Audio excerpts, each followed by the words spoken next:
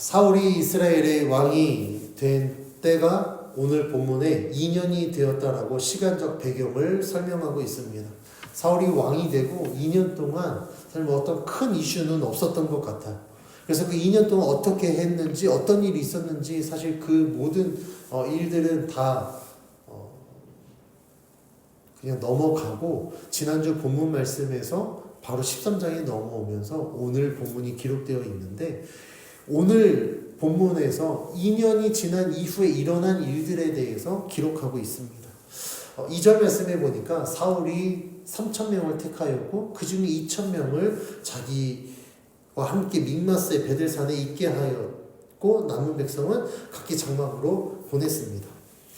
사울이 자신과 함께 2,000명을 거느렸다는 것은 오늘 본문의 내용으로 보았을 때 사실 쉽게 이해가 되지 않는 부분입니다. 왜냐하면 이 2,000명이 사울을 지키기 위한, 다시 말하면 어떤 경호의 임무, 호위의 임무를 띈 병력 숫자라고 한다면 2,000명은 너무 많고요. 오늘 지금 블레셋과 이제 전쟁을 치르게 되거든요. 근데 그 블레셋과의 전쟁에서 왕을 지키기 위한, 블레셋과 싸우기 위한 숫자라고 한다면 2,000명은 너무 적은 숫자입니다. 전자가 됐든 후자가 됐든 왜 2,000명을 뒀을까 사실 이해가 되지 않는 부분인데, 전체적인 내용을 보면 왜 사울이 이런 선택을 했는지 알 수 있습니다. 사무엘상 13장에서 15장의 말씀은요, 사울이 잘못된 판단으로 인하여서 왕권이 사울에게서 이제 15장 이후에 나올 다윗에게로 옮겨지는 그 사건들을 기록한 게 13장에서 15장의 말씀의 내용입니다. 13장에서는 사울이 왜 왕으로서 하나님께 버림을 받았고 왜 왕권이 옮겨졌는지 그 내용을 기록하고 있습니다. 지도자에게 가장 필요한 것, 우리 성도님들은 무엇이라고 생각합니까? 여러 가지가 있겠지만 가장 큰 덕목은요, 현명한 판단력이 아닐까 싶어요. 왜냐하면 지도자가 현명하게 선택했을 때 나라가 안정되고 국민이 사실 잘 살 수 있거든요. 그런데 지도자의 선택에 따라서 그러니까 나라의 흥망성쇠가 결정됩니다. 그래서 지도자의 선택은 굉장히 중요해요. 만약에 잘못된 선택을 하면요, 그게 개인이 망하는 게 아니라 지도자의 잘못된 선택 때문에 나라가 망할 수도 있고요, 국민이 백성들이 어려움에 처할 수도 있습니다. 오늘 본문에서 사울과 그의 아들 요나단은 굉장히 잘못된 선택을 합니다. 그 내용은 3절에 기록된 것처럼 요나단이 2절에 이제 사울이 자기를 위해서 2,000명을 남겨뒀고 3절 말씀에 보니까 요나단이 갑자기 게바에 있는 블레셋 수비대를 공격합니다. 왜 공격했는지 자세한 내용이 기록되어 있지 않아요. 블레셋이 자기 이스라엘을 위협한다든지 그런 내용이 없습니다. 아니면 하나님이 블레셋을 철하라고 명령하신 것도 아니고 아무런 상황 없이 갑자기 요나단이 블레셋 수비대를 공격합니다. 그러니까 요나단이 무엇을 위해서 이런 결정을 하고 이렇게 행동했는지 사실 알 수 없는 상황 가운데 이렇게 선택한 이후에 엄청난 후폭풍이 이스라엘에게 다가오게 돼요.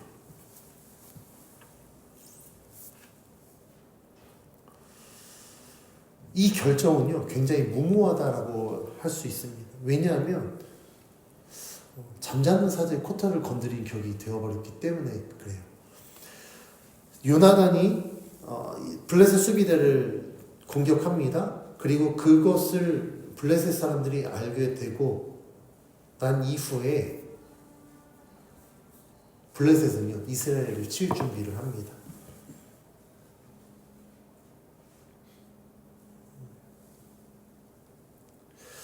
사울과 요나단의 오판으로 인해서 블레셋은요, 이스라엘을 치기 위해서 군대를 소집합니다. 그 내용이 5절 말씀에 기록되어 있는데 5절 말씀 같이 봉독해 봅니다. 시작. 블레셋 사람들이 이스라엘과 싸우려고 모였는데 병거가 3만이요 마병이 6천 명이요 백성은 해변의 모래같이 많더라. 그들이 올라와 벳 아웬 동쪽 믹마스에 진침해. 지금 요나단이 블레셋의 수비들을 치고 나서 블레셋이 모은 병력의 규모를 오절이 이야기해주고 있습니다. 병거가 3만, 마병이 6천 명, 그리고 백성은 해변의 모래같이 많았대요. 여기서 말하는 백성은 아마도 일반 백성을 의미하는 게 아니라 보병으로 출전할 수 있는 백성의 숫자를 의미하거든요. 제가 앞서서 사울이 자기 수하에 2,000명을 거느린 게 이해가 안 되는 숫자가 말했던 이유가 바로 여기에 있습니다. 만약에 블레셋과의 전쟁을 한다면 지금 마병만 6천이에요. 병거가 3만입니다. 3만 6천이죠. 그러면 사울이 거느리는 2,000명의 몇 배입니까? 18배예요. 이길 수 있을까요? 절대 못 이깁니다. 아무리 최정의 군대라고 해도 이길 수 없는 숫자입니다.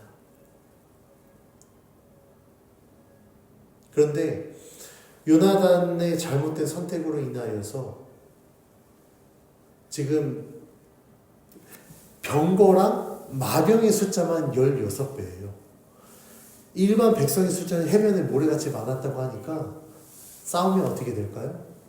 이건 게임이 안 되는 전쟁입니다. 그런데 지금 그 전쟁이 잘못된 선택으로 인해서 시작이 되었다라고 성경 본문이 이야기하고 있습니다. 이런 상황은요, 사실 사울과 요나단의 오판에서 시작되었다라고 하지만 더 넓은 시야로 바라보면 사울과 요나단만의 탓을 할 수 없습니다. 왜냐하면 사울을 누가 왕으로 세웠습니까? 이스라엘 백성들이 요구해서 왕으로 세웠거든요. 그러면 지금 이 판단의 근본적인 잘못된 선택과 판단은 이스라엘 백성들에게 있었던 겁니다. 이스라엘 백성들이 왜 왕을 요구했습니까? 왕이 세워지면 그가 우리를 위해서 싸우고 그가 우리를 지키고 보호해 줄 것이다라는 생각 때문에 왕을 요구했던 겁니다. 그러면 이전에 왕이 없었을 때 이스라엘 백성들은 늘 억압을 받았을까요? 그렇지 않아요. 정치적인 왕보다 더 위대하신 여호와 하나님께서 그들을 지켜주셨기 때문에 이스라엘은 사실 군사적으로 연약해도 외세의 침입으로부터 보호를 받았습니다. 그들이 어떻게 가나안을 정복할 수 있었겠습니까? 그들의 힘으로 아니에요. 하나님의 인도하심으로 자신들보다 훨씬 더 체격도 크고 무기도 뛰어나고 군사적으로 훨씬 더 뛰어난 그 가나안 족속들을 정복할 수 있었습니다. 이건 하나님의 은혜가 아니고서는 설명이 될 수 없는 일들이었습니다. 그런데 그런 하나님을 외면하고 정치적인 왕을 요구했던 거예요.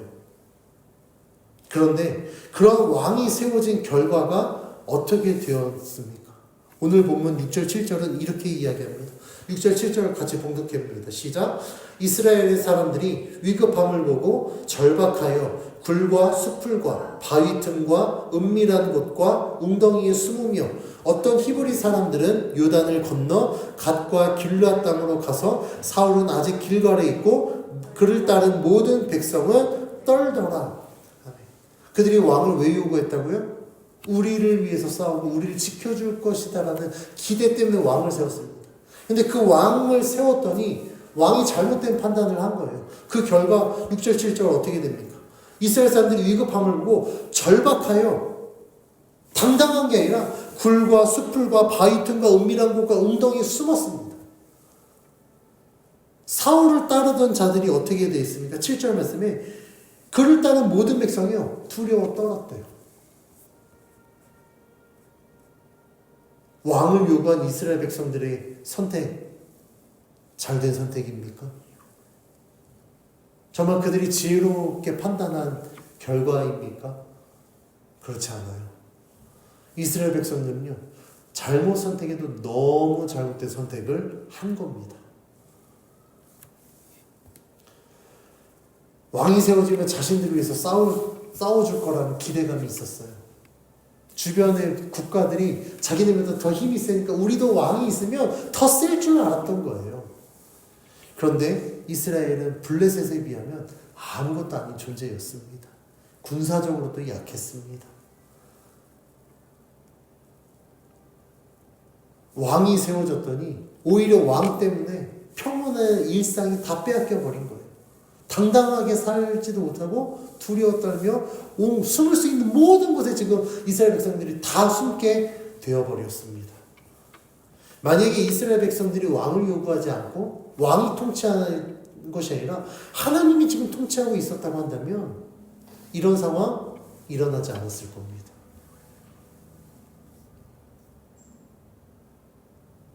적어도 이렇게 비참한 모습으로 숨어서 덜덜 떨지는 않았을 거예요. 왜냐하면 하나님이 지켜주셨기 때문에. 그들은 하나님의 은혜 안에서 살 수 있었습니다. 이스라엘은요, 사실 이전에도 이런 하나님의 은혜를 충분히 경험했습니다. 출애굽, 광야 생활, 가나안 정복하는 그 모든 순간순간마다 이스라엘 백성들이 이런 은혜들을 이미 하고 있었습니다. 그런데 그들은 잘못된 판단을 했어요. 왜냐하면 하나님의 은혜를 여기지 못했기 때문에 그래요. 하나님의 은혜가 너무나도 당연하게 여겨졌고 그러다 보니 자신들이 지금 받고 있는 은혜가 얼마나 특별한지 알지 못하고 더 다른 것, 어떤 특별한 것을 추구하면서 왕을 요구했을지 모르겠습니다. 결과적으로 그들의 판단은 잘못됐습니다. 그들의 선택은 너무나도 잘못된 선택이었어요.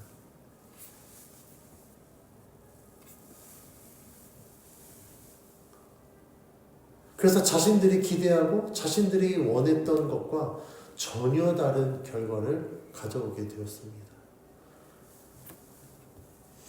우리는 이 같은 사실을 통해 하나님을 우리가 반대하거나 아니면 하나님을 무시한 선택은 절대 좋은 결과를 가져올 수 없다는 걸 알아야 됩니다. 선택을 할 때 우리는 분명히 이게 좋은 것 같고 이걸 선택하면 우리는 충분히 만족할 수 있을 거다라는 기대감을 갖고 있습니다. 그런데요, 모든 선택이 다 그렇지 않아요. 다 그런 결과를 우리들에게 주지 않습니다. 왜냐하면 우리의 선택의 기준이 하나님이 아니면 우리들의 모든 선택은 늘 불확실할 수밖에 없기 때문에 그래요. 세상에 완전한 건 하나님밖에 없습니다. 그러니까 하나님을 통하여서 우리가 선택하면 그것은 완전한 선택이지만 하나님을 배제하고 우리가 선택하는 건 늘 불확실할 수밖에 없습니다.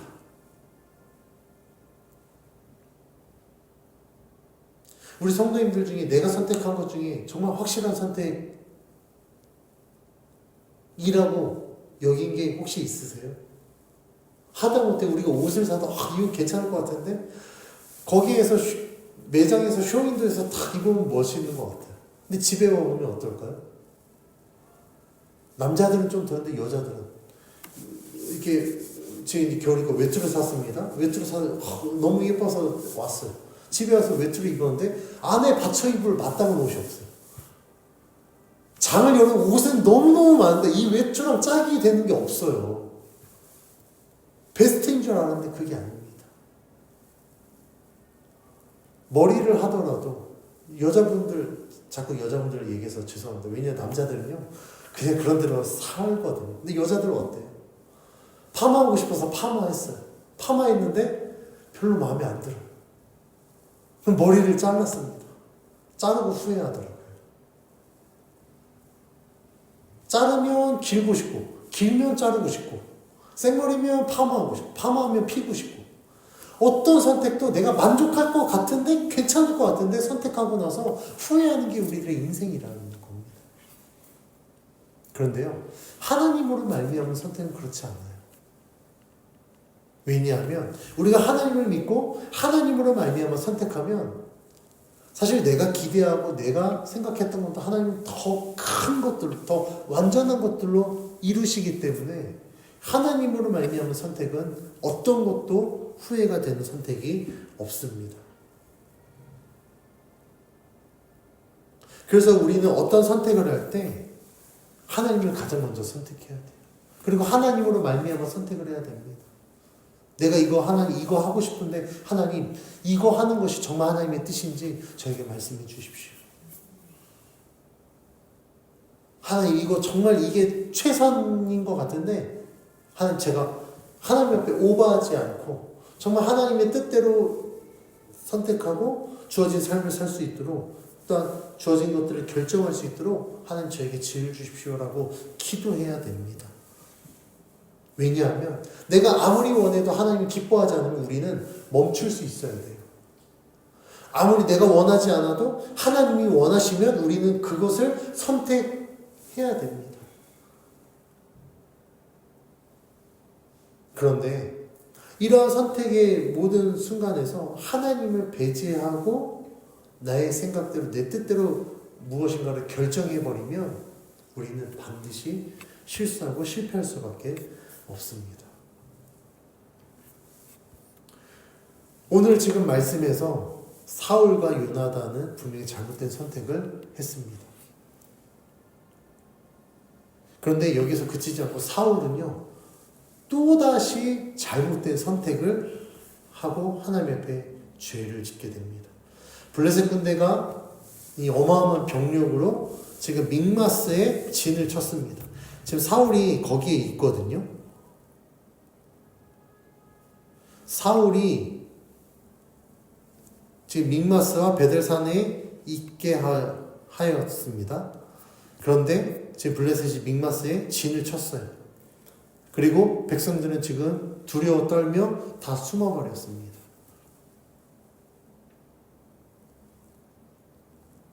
사울도 위기감을 갖고 있었어요. 이거 어떻게 해야 되지? 지금 이 일을 어떻게 해결해야 될까?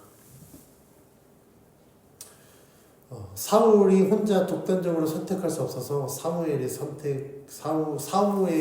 조력을 돕기 위하여서 7일을 기다렸습니다. 사무엘이 7일 기다리라는 본문에서 말씀 내용은 없어요. 그런데 사울이 왕으로 기름 부음 받고 10장에 보면 사무엘이 사울에게 이야기하죠. 내가 당신에게 갈 때까지 7일을 기다려라. 그때 사울은요 기다렸습니다. 사무엘이 올 때까지 기다렸어요. 그런데 오늘 본문에서는 7일을 기다리긴 기다렸어요. 그런데 7일을 기다려도 사무엘이 길갈로 오지 않았습니다. 백성들은 흩어지고 블레셋은 지금 턱밑까지 진군에서 진을 치고 있는 상황에서 사울은 너무나도 조급했겠죠. 위기감을 느꼈습니다. 그래서 사울은 이렇게 선택합니다. 9절 말씀 같이 봉독합니다. 시작. 사울이 이르되 번제와 화목제물을 이리로 가져오라 하여 번제를 드렸더니 사울이요 하나님 앞에 그래도 형식상으로 하나님 앞에 하나님의 뜻을 구하기 위해서 번제를 드려버렸습니다. 이게 왜 죄가 됩니까? 하나님이 선택하지 않는 사람이 제사를 드리는 건 하나님의 범죄입니다. 하나님은요, 하나님께 제사를 드릴 때 하나님이 선택한 사람이 하나님이 선택한 불을 이용하여 하나님이 선택한 방법대로 제물을 취하여서 제사를 드려야만 하나님 그 제사를 받으십니다. 그게 아닌 어떤 거 하나도 어그러진 거는요, 하나님이 받으실 수가 없어요. 그 가운데 뭔가가 어그러지어서 대충 그래도 이 정도는 형식상 이거 우리가 갖췄으니까 그렇게 드리는 건요 하나님 앞에 경배를 드리는 게 아니라 오히려 하나님을 기만하는 행위입니다. 근데 오늘 사울은요 사무엘이 올 때까지 기다리지 못하고 조급하니까 하나님의 뜻은 구해야 되겠고 조급하긴 하고 그러니까 야 제물 갖고 와봐. 그러니까 자기가 임의대로 번제를 드려버린 겁니다. 이런 제사는요 하나님이 받으실 수가 없는 제사예요. 기뻐하지 않는 제사입니다. 그럼 사울이 왜 이렇게 선택했습니까? 조급함 때문에 그래요. 지금 당장 뭔가 선택해야 되는데 하나님은 말씀하지 않고 사무엘도 오지도 않고 자기는 지금 정말 벼랑 끝에 몰려 있으니까 그 조급함 때문에 어쩔 수 없이 이런 선택을 하게 됩니다. 사무엘의 이런 잘못된 선택의 결과는요 굉장히 처참합니다. 사무엘이 사울이 번제를 드리고 사울에게 도착해요. 시간차로 번제를 드리고 사무엘이 도착합니다. 그리고 사울이 제사를 드린 것을 보고 그 경위를 물었을 때 사울은 이렇게 대답합니다. 11절 12절 같이 봉독합니다. 시작. 사무엘이 이르되 왕이 행하신 것이 무엇이냐 하니 사울이 이르되 백성은 내게서 흩어지고 당신은 정한 날에 오지 아니하고 블레셋 사람은 믹마스에 모였음을 내가 보았으므로 이에 내가 이르기를 블레셋 사람들이 나를 치러 길갈로 내려오겠거늘 내가 여호와께 은혜를 간구하지 못하였다 하고 부득이하여 번제를 드렸나이다 하니라. 지금 완전 코너에 몰린 그 상황을 그대로 이야기하죠. 사울이 백성이 내게서 흩어지고 사무엘은 오지 않고 블레셋 턱리까지 추격해 온 상황 가운데 하나님의 은혜를 내가 간구하기 위해서 번제를 드렸다라고 핑계를 댑니다. 왜 이게 핑계가 되냐면 사울이 정말 하나님을 두려워하는 자였다고 한다면 기다렸었어야 돼요. 표면적으로는 사무엘을 기다렸었어야 되고 그 중심에는 하나님이 어떻게 결정하고 어떻게 행하라고 말씀하실 때까지 사울은 기다렸었어야 됩니다. 그런데 자신의 조급함을 이기지 못하고 하나님의 때를 기다리지 못해서 임의대로 번제를 드리는 죄를 범한 겁니다. 그렇다면 사무엘은 왜 이렇게 조급했을까? 아마도 왕의 지위와 자신에게 주어진 권력을 잃을까봐 그것을 지키려는 조급함 때문에 이런 선택을 했을 겁니다. 사울의 이야기를 들은 사무엘은요, 사울에게 그의 미래에 대해서 이렇게 이야기합니다. 오늘 본문 13절 14절 같이 봉독합니다. 시작. 사무엘이 사울에게 이르되 왕이 망령되이 행하였도다. 왕의 하나님 여호와께서 왕에게 내리신 명령을 지키지 아니하였도다. 그리하였더라면 여호와께서 이스라엘 위에 왕의 나라를 영원히 세우셨을 것이오늘 지금은 왕의 나라가 길지 못할 것이라. 여호와께서 왕에게 명령하신 바를 왕이 지키지 아니하였으므로 여호와께서 그의 마음에 맞는 사람을 구하여 여호와께서 그를 그의 백성의 지도자로 삼으셨느니라 하고. 사무엘은 사울의 행위에 대하여서 두 가지를 강조합니다. 첫 번째는 그의 행위는 여호와께서 왕에게 내리신 명령을 지키지 않았다는 것과 두 번째는 그의 행동은 하나님 앞에 망령되이 행한 일이다라는 사실입니다. 그 결과 14절에 기록된 것처럼 사울의 나라는 길지 못할 것이라고 이야기합니다. 왜냐하면 사울이 하나님의 말씀에 순종하고 하나님의 뜻대로 통치를 했다면, 왕의 직분을 감당했다면 하나님 그 나라를 지켜주실 것이다라고 약속했습니다. 그런데 지금 사울은요, 자신의 생각 때문에 하나님의 말씀의 뜻대로 행하지 못한 그 결과 하나님이 사울에게 약속한 모든 것을 다 철회해 버리신 거예요. 그리고 하나님은 사울의 나라, 그의 왕국을 끝내고 새로운 왕을 세우기로 작정하셨습니다.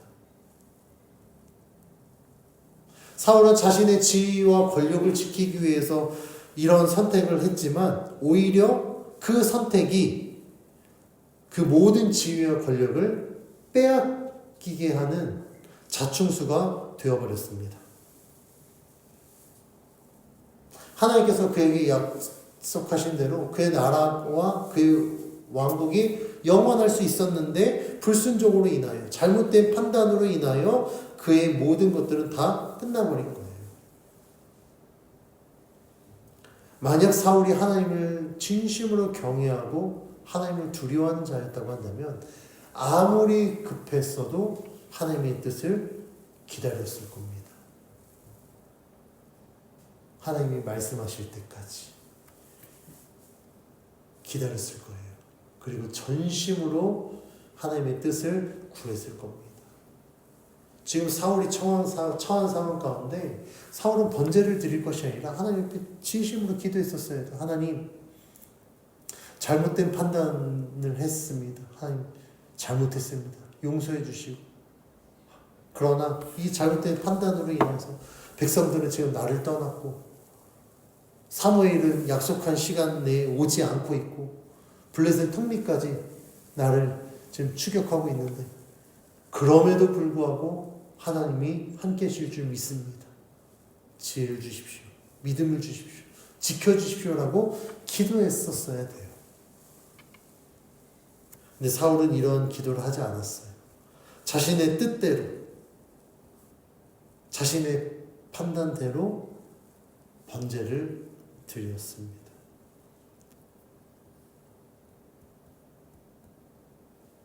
사울은요, 이러한 잘못된 선택으로 인하여서 자신의 왕권이 몰락할 거라고 예상하지 못했습니다. 그런데 사울과 같이요, 우리도 똑같아요. 우리도 조급해지면 우리도 이런 잘못된 선택을 할 수밖에 없습니다.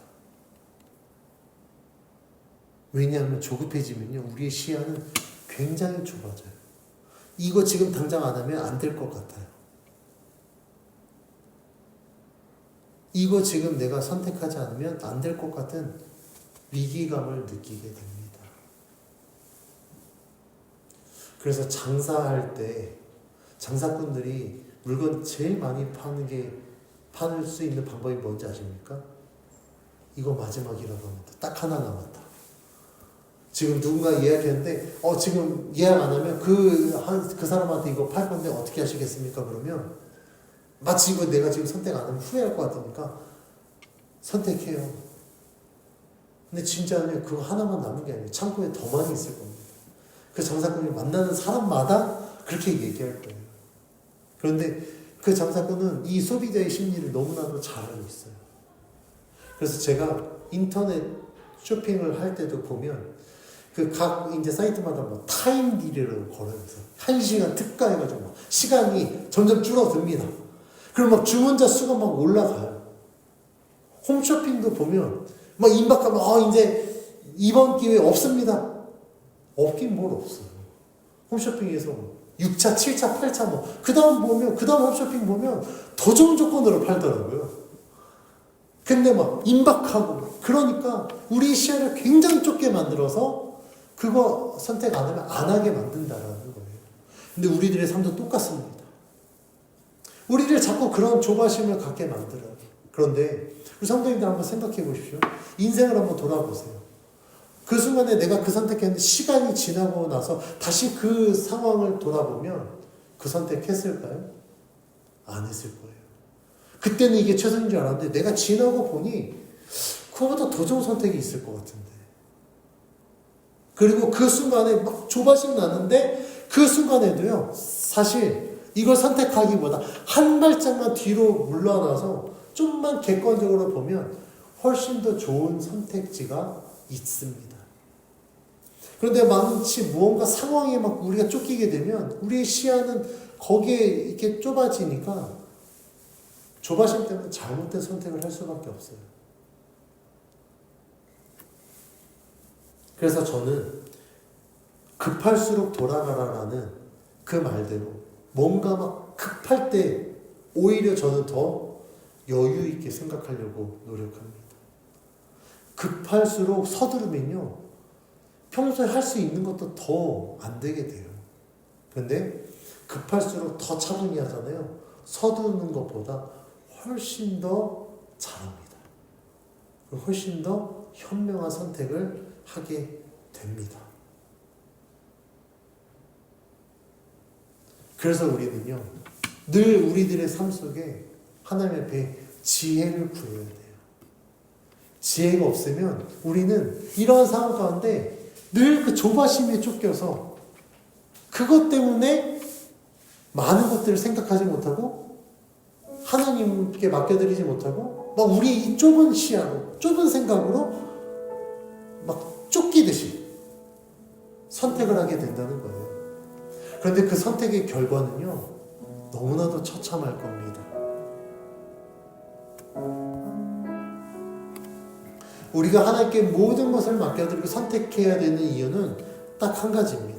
왜냐하면 하나님이 가장 완전하시고 가장 실수가 없으신 분이시기 때문에 하나님께 맡겨드리면 우리의 선택은 늘 옳습니다. 그런데 하나님을 배제하고 선택하면요, 우리들의 삶의 모든 환경은 불확실성의 연속이에요. 우리가 최상이라고 선택했지만 돌이켜보면 그것은 너무나도 불확실한 선택이 됩니다. 그런데 세상은요, 우리의 이러한 마음을 너무나 잘 이용합니다. 그래서 이거 아니면 안 될 것 같은 조바심을 갖게 만들고, 그 조바심으로 인하여서 선택의 폭을 굉장히 좁게 만들어서 하나님보다 내 생각, 하나님보다 어떤 세상의 기류들을 더 신뢰하게 만들어요. 말씀에 순종하는 삶보다 세상의 흐름대로 살아가게 만듭니다. 그런 선택은 언제나 실수할 수밖에 없어요. 하지만 하나님은 그렇지 않습니다. 하나님은 완전하십니다. 실수가 없는 분입니다. 그래서 하나님은요, 가장 완전한 것으로 계획하시고 이루십니다. 심지어는 우리가 기대하고 생각한 것보다 하나님은 더 위대한 것들로, 더 크신 은혜로 채워주십니다. 하나님을 믿고 의지했을 때 우리는 우리가 생각하고 기대한 것보다 더 많은 것을 얻을 수 있습니다. 그래서 진짜 그리스도인들은 내 생각보다 하나님의 생각대로, 세상의 뜻보다 하나님의 말씀대로 살아가기 위해서 노력합니다. 매 순간순간마다 기도하며 하나님께 지혜를 구하여서 하나님이 원하시는 뜻대로 살아갑니다. 우리가 이렇게 살아야만 진정한 빛과 소금의 역할을 감당할 수 있습니다. 우리가 구원받은 하나님의 백성이라면 우리의 모든 선택의 기준은 오직 하나님 한 분이어야 됩니다. 우리가 하나님의 뜻대로 말씀 안에서 선택했을 때 하나님은 그 우리의 믿음대로 역사하셔서 실수하지 않고 가장 큰 은혜로 채워주실 줄 믿습니다. 저는 오늘 이 설교를 준비하면서 사실 한 주 동안 우리 성도님들도 알았지만 2024년도 대한민국에 비상계엄령이 선포될 거라고는 그 누구도 예상 못했습니다. 그런데 그게 현실이 이루어진 걸 보면서 사실 너무나도 혼란스러운 한 주를 보냈어요. 저는 이 한 주 동안 보면서 대통령이 잘못된 선택, 그 한 번의 선택 때문에 지금 온 나라가 너무나도 어수선하고 혼란의 전국입니다. 나라 안으로만이 아니라 지금 외국의 어떤 나라들, 심지어 전쟁을 치르고 있는 우크라이나, 이스라엘의 나라랄까요? 우리나라를 여행 위험 국가로 지정했더라고요. 우리나라는 지금 총포탄이 없는데도 불구하고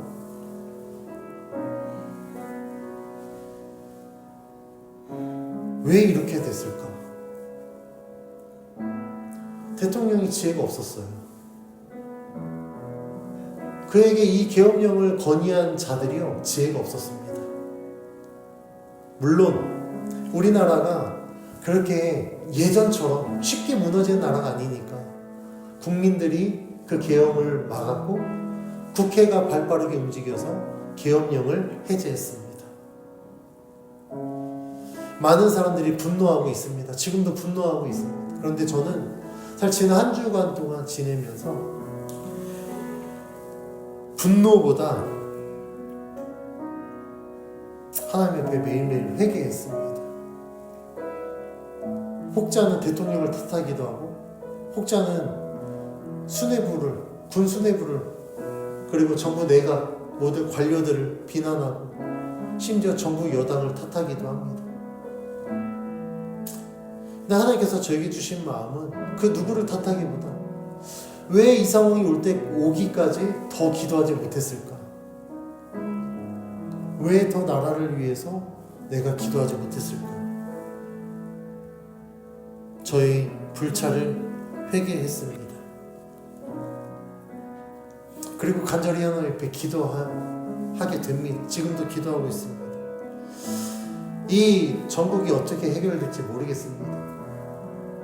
정말 탄핵이 가결돼서 탄핵이 될지 아니면 질서 있는 퇴진이 될지 어떻게 될지는 아무도 모르겠습니다. 그러나 하나님 앞에 기도하는 건 하나님 하루속히 이 혼란 전국이 수습되게 해주십시오. 이 전국이 수습될 수 있도록 하나님 지혜를 모으게 해주십시오. 지금은 싸울 때가 아닙니다. 지혜를 모아야 될 때, 어떻게 하면 나라를 다시 나라답게 세울지 모든 지혜를 모아야 됩니다. 진영에 상관없이 당리당략을 벗어서 모든 지혜를 모아서 이 혼란을 타게 해야 됩니다. 그렇지 않으면 우리나라는요, 지금 일주일의 이 짧은 시간에 몇 수십 년이 후퇴할지 몰라요.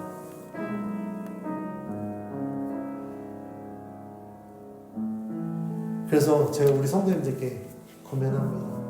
우리 같이 기도하십시다. 하루속히 전국이 다시 정상으로 돌아올 수 있도록.